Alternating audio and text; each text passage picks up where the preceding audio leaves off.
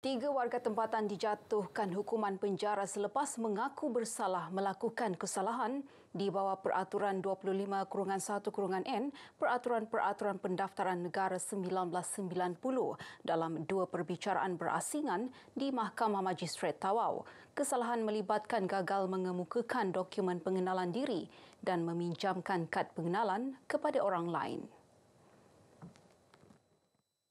Magistrat Zul Elmi Yunus menjatuhkan hukuman penjara 3 bulan terhadap Durina Swaib 36 tahun, manakala Magistrat Leona Dominic Mojiliu menjatuhkan hukuman penjara 2 bulan dan denda RM2,500 ke atas Abdul Habil Mobin 58 tahun dan Fatimah Hassan 50 tahun. Sekiranya gagal membayar denda berkenaan, kedua-dua tertuduh bakal menerima pelanjutan hukuman penjara sehingga 2 bulan. Mengikut fakta kes, ketiga-tiga tertuduh melakukan kesalahan di sebuah kedai jahit di Kampung Panji dan di sebuah rumah di Kampung Air Semporna. Mahkamah memerintahkan tertuduh dipenjara dari tarikh tangkap iaitu pada 24 Mac 2023. Pendakwaan dikendalikan Pegawai Pendakwa Raya Jabatan Pendaftaran Negara JPN Muhammad Faizal Tahir, manakala tertuduh tidak diwakili peguam.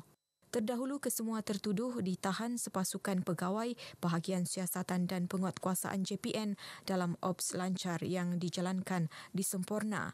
Ia susulan penahanan 5 pegawai Jabatan Imigresen Malaysia Tawau yang didapati meloloskan 8 orang pendatang asing tanpa izin dari lapangan terbang Tawau Jumaat lepas. Sebanyak 9 kompaun atas kesalahan melanggar Peraturan Kebersihan Makanan 2009 dikeluarkan Pejabat Kesihatan Kawasan Sandakan terhadap peniaga Bazar Ramadan di daerah Sandakan. Ia hasil pemeriksaan 60 daripada keseluruhan 164 gerai menerusi pelaksanaan hari pertama op bazar. Pegawai Kesihatan Pejabat Kesihatan Kawasan Sandakan Dr. Johari Awang Besar berkata 9 kompaun itu membabitkan kesalahan antaranya tidak mempunyai kad kuning atau pemeriksaan perubatan dan kesihatan pengendali makanan, tidak memiliki sijil latihan pengendali makanan, kesalahan pakaian pengendali makanan dan kebersihan diri pengendali makanan. Semua peniaga satu patuhi peraturan yang telah ditetapkan oleh pihak KKM dan juga MPS. Yang paling jelas sekali adalah mereka perlu ada kad kuning iaitu ada pemeriksaan kesihatan dan mengambil suntikan anti-typhoid dan juga ada sijil pengendalian makanan. Mesti patuh semasa berniaga di mana makanan mereka jual hendak ditutup, mengelakkan berlakunya hinggapan serangga terutamanya lalat. Ada pembeli mesti bijak menilai di mana yang harus dibeli. Beliau ditemui media semasa ops bazar siri pertama di Bazar Ramadan Bandar Sandakan.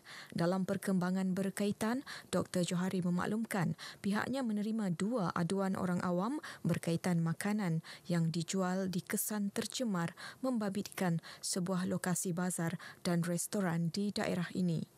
Katanya kompaun RM1,000 telah dikenakan terhadap restoran berkenaan yang turut didapati gagal mematuhi beberapa peraturan ditetapkan.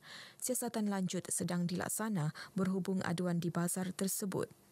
Secara keseluruhan, terdapat 314 bazar di bawah kendalian Majlis Perbandaran Sandakan dan Kementerian Kesihatan iaitu 90 gerai di Sejati Ujana, 80 di Batu Lapan dan selebihnya di Bandar Sandakan.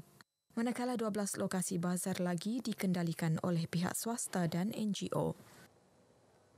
Yayasan Dakwah Islam Malaysia Yadim Negeri Sabah menyasarkan 300 payandara tahun ini melalui penganjuran kempen derma darah untuk membantu memenuhi bekalan tabung darah Hospital Queen Elizabeth II HQE2 Kota Kinabalu terutama di bulan Ramadan. Penolong pengarahnya Ustaz Ramli Daud optimis usaha berkenaan mampu dicapai berdasarkan perancangan pihaknya dengan kerjasama Jabatan Perubatan Transfusi HQE2 yang mendapat sambutan baik penderma darah. Jadi pada tahun ini insya-Allah kita akan cuba tingkatkan penyumbang ataupun yang menderma darah pada tahun ini mungkin sekitar 250 ke 300 insya-Allah, yang mana kita telah pun merancang di 10 buah masjid terpilih. Beliau ditemui dalam kempen Derma Darah Yadim Negeri Sabah yang diadakan di ruang Masjid Bandaraya, Kota Kinabalu. Memang tiap-tiap tahun penganjuran saya akan derma lah. Tiap-tiap tahun setiap program Masjid Bandaraya memerlukan macam gini, saya akan membantu lah untuk apa yang sedaya upaya saya untuk derma, saya akan derma. Saya memang takut darah sebenarnya. Saya takut, tapi kita pikir orang banyak mau, saya penderma darah Jadi why not kita derma darah kita untuk orang yang memerlukan. Kempen bermula pukul 6.30 petang hingga 10 malam ini mengumpul 14 pen darah. Badan Wanita Pertubuhan Islam seluruh Sabah Usia Sempurna tampil menghulur bantuan kepada golongan orang kurang upaya OKU, Ibu Tunggal serta asnaf sempena program Semarak Ramadan tahun ini. Sumbangan berupa makanan asas serta wang tunai untuk keperluan sepanjang Ramadan. Naib Ketua Wanita Usia Datin Sri Rokia Badar berkata program tersebut bersesuaian dengan kemuliaan bulan Ramadan yang menggalakkan umat Islam bersedekah sekaligus memperlihatkan keprihatinan usia dalam membantu masyarakat menerusi pelbagai bantuan dan sumbangan kepada penduduk yang layak.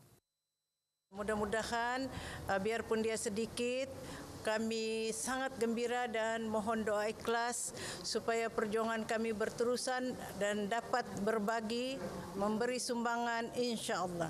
Itulah harapan kami daripada wanita usia sempurna dan begitu juga wanita usia seluruh Sabah. Beliau berkata demikian kepada pemberita selepas menyampaikan sumbangan kepada lebih 100 golongan OKU dan Ibu Tunggal di Balai Seni Inaba Kamal Sempurna. Beliau berharap sumbangan tersebut dapat membantu meringankan beban penerima khususnya ketika Ramadan dan sambutan Hari Raya Aidilfitri. Baik, sekian perkembangan dari Sabah. Berita seterusnya kembali bersama Sahi. Silakan. Terima kasih.